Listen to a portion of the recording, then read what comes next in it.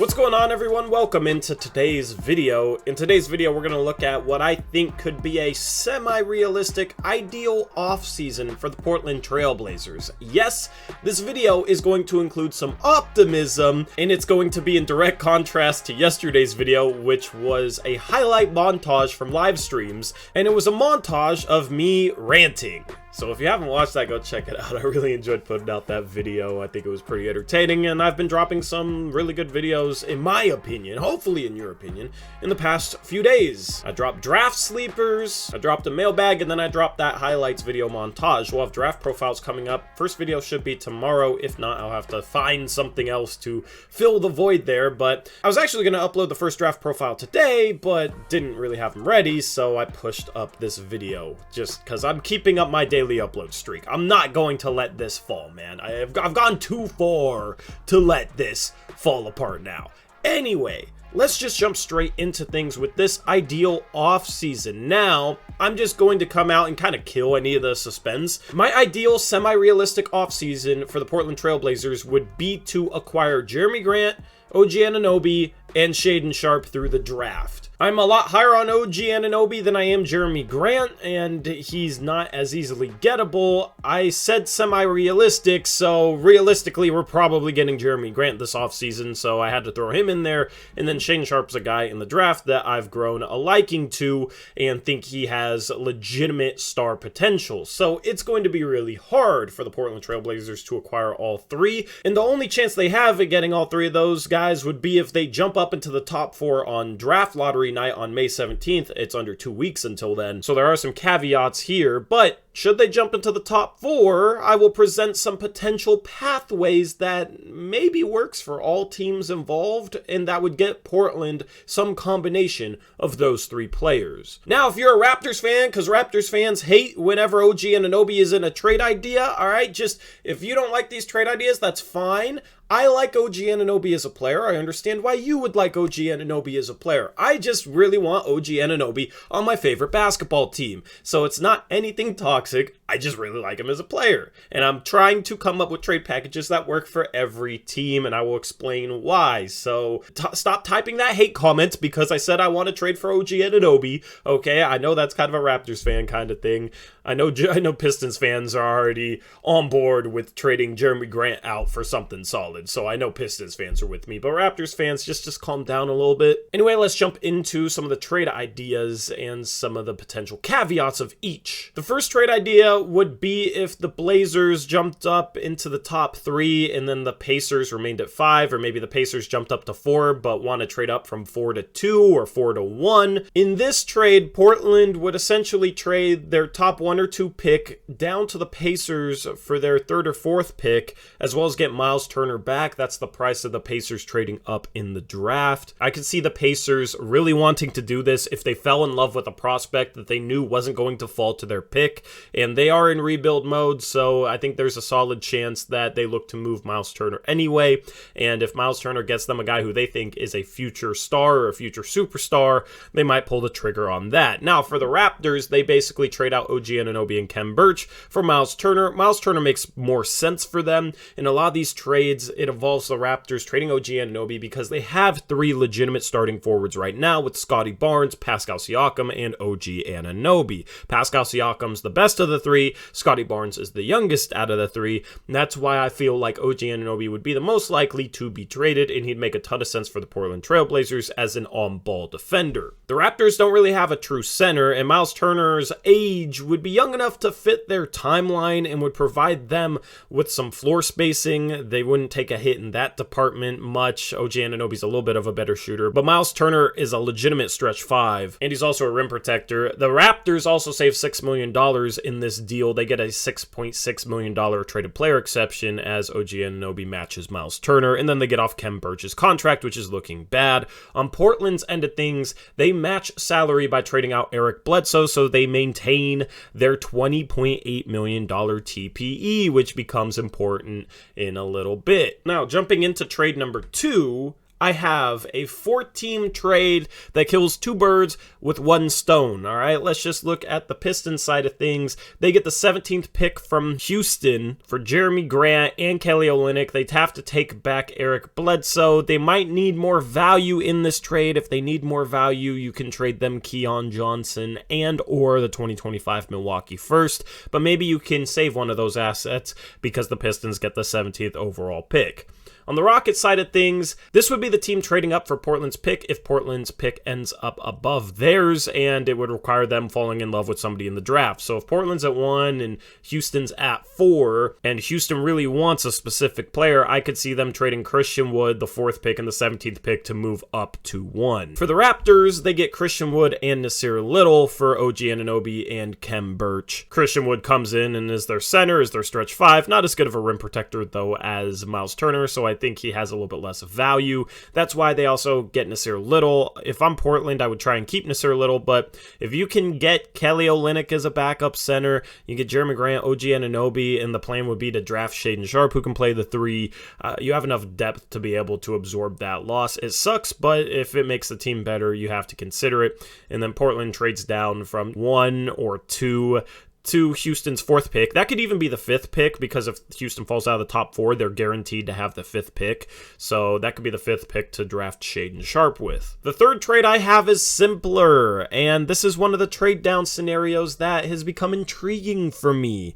If Portland ends up a couple picks above Orlando, with Orlando having Mo Bamba, who I think they'll look to keep this offseason, he's a restricted free agent, I could see Orlando attaching Wendell Carter Jr. to their 3rd or 4th or 5th pick in order to trade up into the top 3. Wendell Carter Jr. would be a terrific add for Toronto. He's still extremely young. I think he's 21, 22 years old, and would be their starting center of the future, and they would trade out OG Anunoby and Khem Birch for him. I think they would value him more than Miles Turner or Christian Wood. I think they should. So if they can get Wendell Carter Jr., that would be a terrific add and make a lot of sense with what they have there in Toronto. And then Portland trades down to get the Raptors Wendell Carter so that they can get OG Anunoby, and in pretty much every trade they take on Khem Birch's contract just to sweeten the pot a little bit. Eric Bledsoe once again matches what's coming in for Portland, so they still have their $20.8 million TPE, and they still have a draft pick to draft Shaedon Sharpe with, or maybe if Orlando's at 3 and Portland's at 1, maybe you're talking about drafting a Chet Holmgren, Paolo Banchero, or Jabari Smith. This next trade is a continuation of the last one, but if Toronto wants another center, another big man, and Kelly Olynyk, who's a Canadian native, I think you could get him to Toronto without Toronto having to give up anything else. You send Keon Johnson, that Milwaukee first, to Detroit for Jeremy Grant. Detroit also gets off Kelly Olynyk, so if they want off his contract, that's a plus. And Detroit saves $31 million in this type of trade. Portland uses the $20.8 million TPE to absorb Jeremy Grant. Now, one rule with TPEs is you can add $100,000 to them in order to absorb things, so Jeremy Grant's contract in 2022-2023 barely fits within it. Now, if they make the trade before the new league year, which is July 1st, then it fits even easier. These salaries are based on the new league year that starts July 1st with the start of free agency. But Portland gets Jeremy Grant, OG Anunoby, and that Orlando first in order to draft Shaedon Sharpe with. Now, if Orlando was really desperate to trade up and they were willing to give up more, maybe you could get the Pistons' Jonathan Isaac, which I think would absolutely seal the deal for Jeremy Grant if they could get Jonathan Isaac, Keon Johnson, the Milwaukee 2025 first. I think there's no way that they pass that up. They still save almost $14 million. And maybe you could keep a Keon Johnson or the 2025 Milwaukee first if you're able to extract that sort of value out of Orlando. And that's the situation if Portland ends up with the top 1 or 2 pick. If they're looking to trade it down, or even just talking about trading it down, which they should cover all their bases, they have to negotiate from a place of power. They have the asset that the other team wants, and they need to extract value out of that other team. If they can extract the most value possible, then you can send that value to other teams in a multi-team deal to get what you really want, which would be an OG Anunoby and a Jeremy Grant, and maybe you would only have to trade down a couple of spots and you could keep the Milwaukee first and you could get both those guys. That would be the best of both worlds. The next trade I have involves the Oklahoma City Thunder. Now, this is very unrealistic because it would involve the Clippers pick jumping into the top 4, and right now there's a very low chance of that. It's sitting at 12th in terms of lottery odds, but if the Clippers pick jumped into the top 4 and the Blazers pick jumped up to 1 or 2, then maybe you could trade down, the first pick for the Clippers pick at 4 and the Thunder pick at like 6 or 7, and then potentially you could send the 7th pick to Toronto for OG Anunoby, keep the 4th pick, and you draft Shaedon Sharpe. Maybe you are able to trade down from 4 to 5 and get a couple other small assets to sweeten the pot for another team. But with how many future firsts the Thunder have, I could see them trading the 4th and 7th picks for the number 1 overall pick if there's a prospect that they really fell in love with. So that's the thing on lottery night for the Blazers. If they do happen to jump up, then you have to look at who's below them and what the potential trade down possibilities are. Side note, I will have an off-season plan or an ideal off-season for the Blazers after the draft lottery because we'll know what the picks are and it will be a little bit easier to formulate a little bit of a plan for them. I also might have an ideal offseason plan if OG Anunoby isn't available and it'll pivot to some different combination of moves.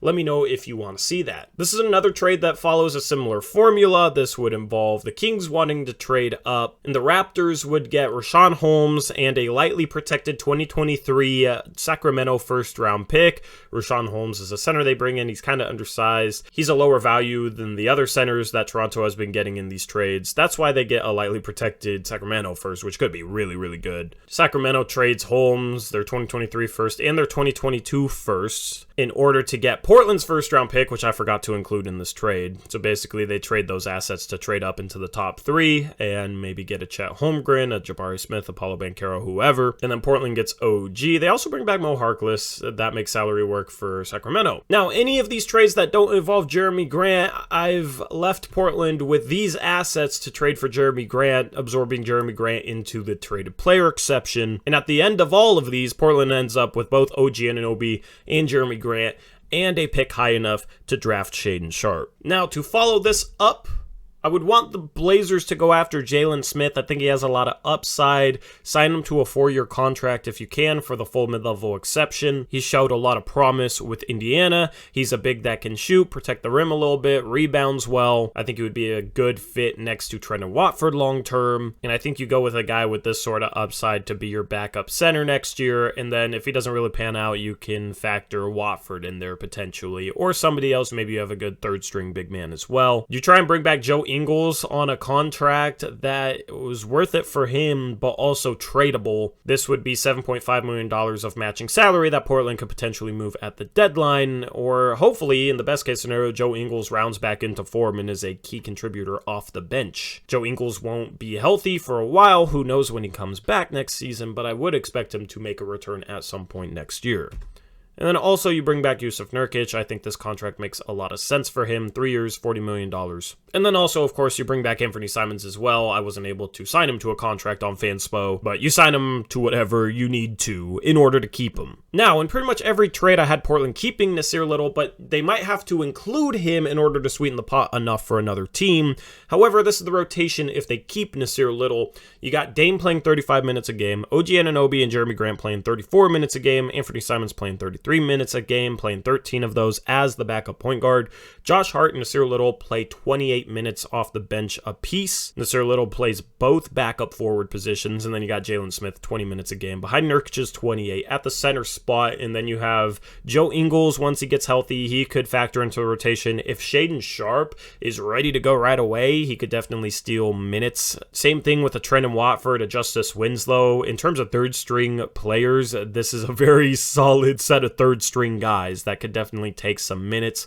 And if it's a situation where OG Anunoby and Jeremy Grant play 30 minutes a game because their backups are so good, then Portland's probably in a pretty good spot. Now, if Portland ends up having to trade Nasir Little, it does make factoring minutes in a little bit easier. I think you would have Shaedon Sharpe and Trendon Watford battling for minutes, because I think you can play some OG Anunoby as some small ball 4 with a bench lineup. But idealistically, both Shaedon Sharpe and Trendon Watford would get 14 minutes off the bench. bench. Of course, you factor Justice Winslow in there. He could get minutes from some of these players, and honestly, I would expect him to win minutes from maybe a Shaedon Sharpe or a Trendon Watford going into the season. It seems like the organization's really high on him. I don't really agree with that assessment, but that's probably what would happen. And then once Joe Ingles gets back, he could probably take some of these minutes as well. Maybe he could take both Sharpe's and Watford's minutes and play 28 minutes off the bench at both backup forward positions. I wouldn't rule that out, but it would give Shaedon Sharpe and Trendon Watford an opportunity to earn a spot in the rotation for a team that would probably be a playoff team. Anyway, that wraps up this video. Let me know what you think about this sort of off-season plan for the Portland Trail Blazers. I'll have an upcoming video, a draft profile for Shaedon Sharpe, which will go in on why I like him so much. And I will have probably 1 or 2 more videos like this, depending on what the Portland Trail Blazers situation ends up being after the draft lottery. With that being said, I'm out of here. I'll catch you in the next one. Until then, as always, peace out. Go Blazers.